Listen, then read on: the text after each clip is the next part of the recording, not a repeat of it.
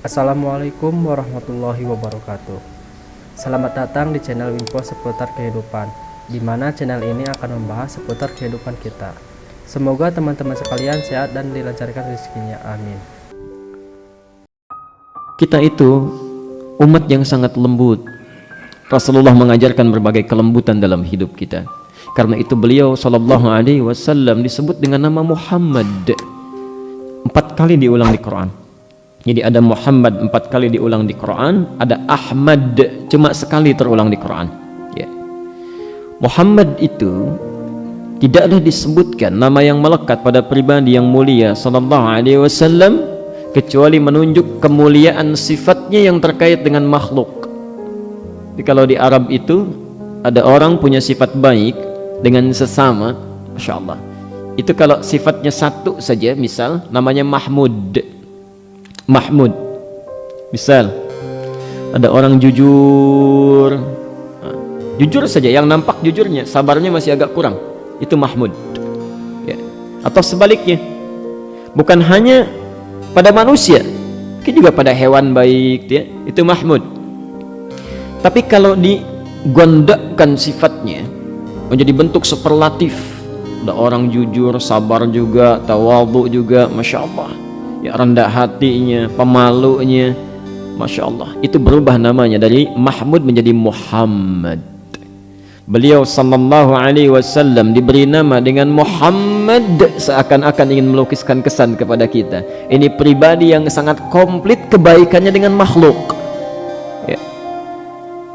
Ada orang dikata-katai bisa marah, dilempar dengan kata-kata bisa mencela. Ini Masya Allah, pribadi yang sangat mulia dilempar dengan batu sampai berdarah-darah, sampai malaikat turun, Jibril turun di Taif ketika beliau sallallahu alaihi wasallam dilempari, ya, dilindungi oleh Zaid bin Harithah sampai mengucurkan darah, istirahat di bawah naungan satu pohon. Datang Jibril menawarkan, ya Rasulullah, angkat tanganmu. Ya.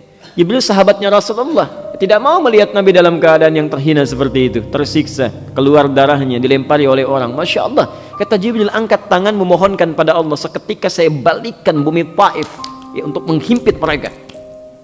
Apa kata Rasulullah? Dengan tenangnya beliau menyampaikan, Muhammad, la ya Jibril, jangan, fa innahum qaumun la ya'lamun, mereka cuma belum paham aja, gak usah, ya, gak usah, besok pasti mengerti. Allah, Rasulullah, itulah Muhammad.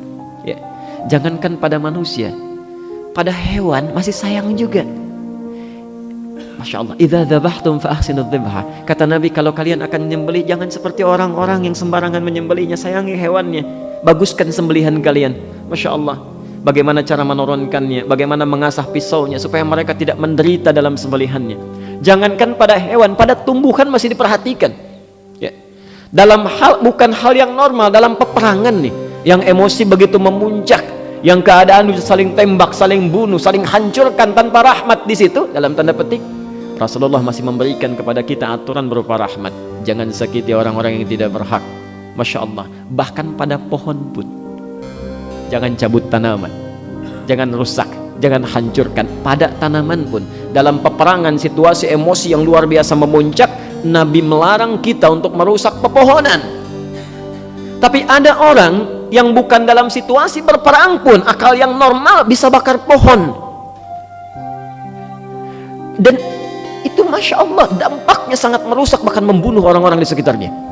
Asapnya menyebar, bayi-bayi yang tidak bersalah kena ispa sampai meninggal dunia. Allah, maka tolong sampaikan kepada kami, jika ada yang disebutkan orang-orang yang menanam pohon pahalanya menjadi sedekah jariyah, maka bagaimana dengan orang-orang yang merusak pohon, membakar dan menurunkan asap dalam kehidupannya?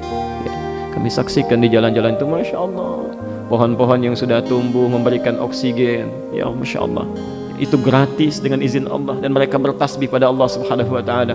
Tiba-tiba di akhir kehidupannya dibakar habis, dan sangat banyak itu, Masya Allah, kami saksikan. Maka saya memohon, ya, dan saya meminta kepada antum semua, kita sama-sama doakan itu, ya, yang orang-orang dimaksudkan. Jika memang ada pelaku di antaranya adalah orang Islam, kita mohon kepada Allah untuk dibimbing, dilembutkan hatinya untuk bertobat kepada Allah Subhanahu wa Ta'ala. Mudah-mudahan sebelum berpulang kepada Allah diampuni dosa-dosanya dan bisa memperbaiki diri, ya. Jika dia adalah non muslim, kita doakan dia dapat hidayah, bisa mengerti, bisa memahami, ya.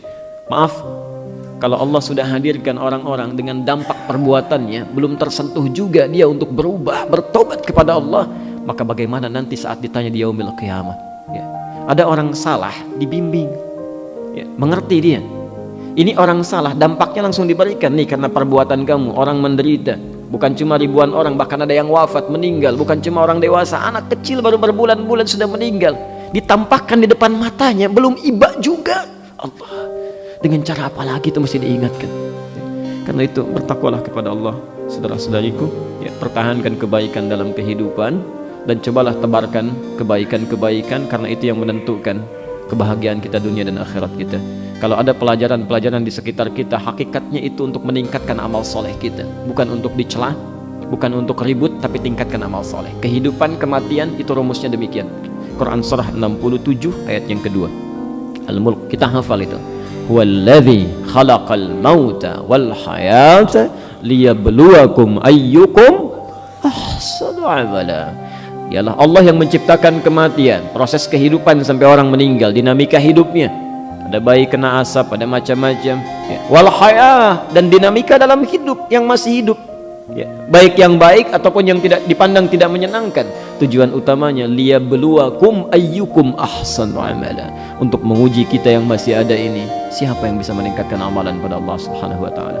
Maka diketahuilah siapa yang sanggup mendoakan saudaranya, siapa yang bisa istisqa, siapa yang bisa memohon dalam kebaikan, siapa yang bangun di pertengahan malam. Itu yang ditunggu oleh Allah Subhanahu wa taala. Ya. Mudah-mudahan Allah berikan kebaikan pada kita semua. Kita belajar dari situ, tingkatkan amal saleh dan jauhi berbagai amal salah yang masih melekat dalam kehidupan kita.